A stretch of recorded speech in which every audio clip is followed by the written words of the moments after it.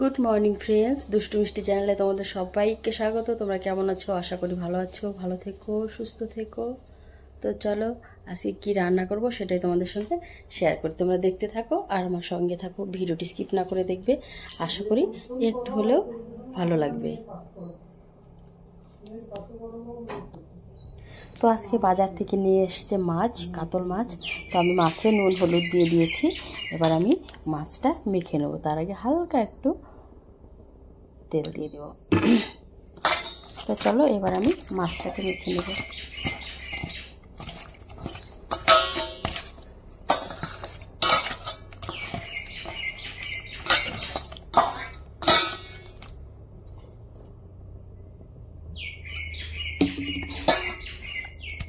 তো নুন হলুদ মাখা হয়ে গেছে।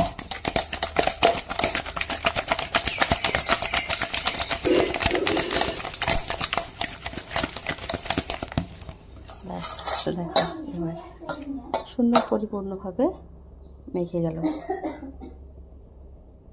আর দেখো আজকে মাছের তেল কতখানি, অনেকগুলো তেল নিয়ে এসছে। তো মাছটা আমি বসিয়ে দিয়েছি ভাজার জন্য। মাছটা একটু লাল লাল করে ভেজে নেব।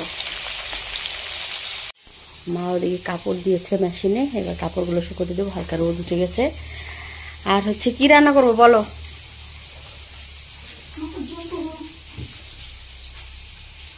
মাছের ঝোল। আর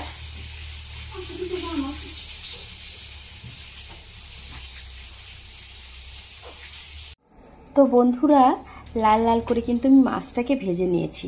মাছটা ভেজে নামিয়ে নিয়েছি। আর এদিকে 4 পিস মাছ রয়ে গেছে, এটা পরে ভেজে দেবো। আর এদিকে আমি কেটে নিয়েছি চচ্চড়ির জন্য যে এই সবজিগুলো আমি কেটে নিয়েছি। আর করব মাছের ঝোল আলু আর ডাঁটা দিয়ে। তার জন্য আমি আলু ডাঁটা কেটে জলে দিয়ে রেখেছি। তো চলো কি রান্না করি, কেমন করে করি। আর এদিকে কিন্তু আমি মাছের ডিম, মাছের তেল পটকা সব ভেজে নিয়েছি চচ্চড়ি করব বলে। আর করব পাট শাক। তো চলো আগে পাট শাকটা তুলে আনি। তো এই যে বন্ধুরা, চচ্চড়িটা বসিয়ে দিয়েছি ফোড়ন দিয়ে, একদম মাছ মানে যেটা মাছের তেল ঠেল ডিম চুন দেওয়ার দিয়ে দিয়েছি। এবার আমি পেঁয়াজ দিয়ে দিলাম, পেঁয়াজ এক বাটি কেটে দিয়ে দিলাম ছোটো বাটি দিয়ে। এবার নাড়াচাড়া করে দেবো।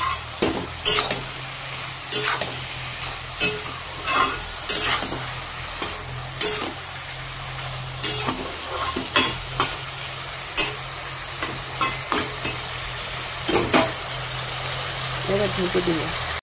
তো মাছের ডিম তেল দিয়ে বানিয়ে নিলাম আমি চচ্চড়ি। তো চচ্চড়ি অলমোস্ট ডান। এবার আমি চচ্চড়িটাকে নামিয়ে নেব।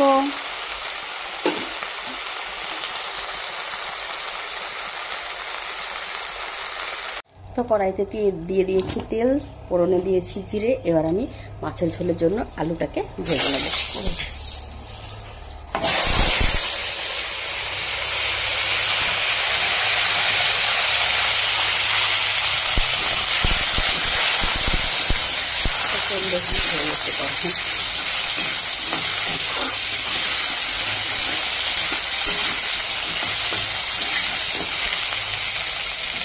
আলুটাকে লাল লাল করে ভেজে নিই।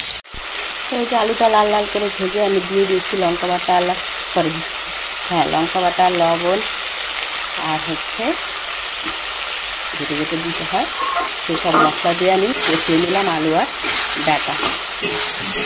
এবার আমি পরিমাণ মতো ঝোল দিয়ে দেবো। তাহলে আরেকটু কষিয়ে নেব।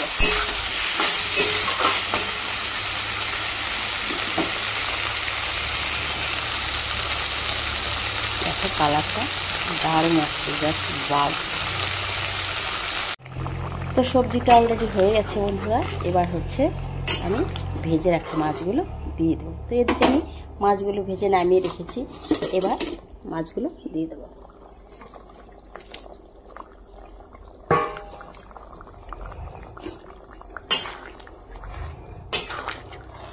দিয়ে দিলাম মাছগুলো। এবার জিরে বাটা দিয়ে নামিয়ে নিব। টক বগিয়ে ফুটে ওঠা অবধি ওয়েট করতে হবে। এদিকে কিন্তু ভাতটা আমার টক বক করে ফুটছে।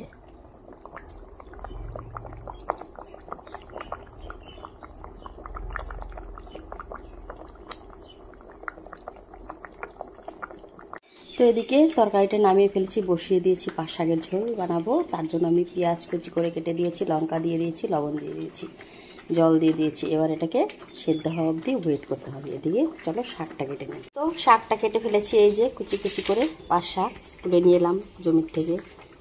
তো কার কার পছন্দ পাট শাকের ঝোল অবশ্যই একটু জানিও, আমার তো প্রচণ্ড ফেভারিট। তো এই যে দুধ, এটা হচ্ছে আমাদের বাড়ির গরুর দুধ। তো চলো এবার কড়াইটা বসিয়ে দিয়েছি, কড়াইতে দুধটা জাল দিয়ে নিই।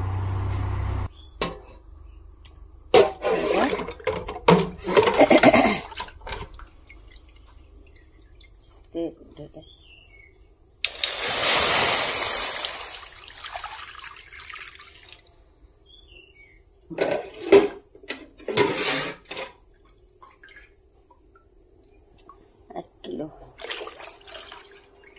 2 কিলো, আরো 1 কিলোর বেশি হয়ে গেছে, কিন্তু এবার ঢেলে দিতে হবে না, তো হবে না। তো এই যে দিয়ে দিয়েছি দুধটা, এবার জাল হতে থাক।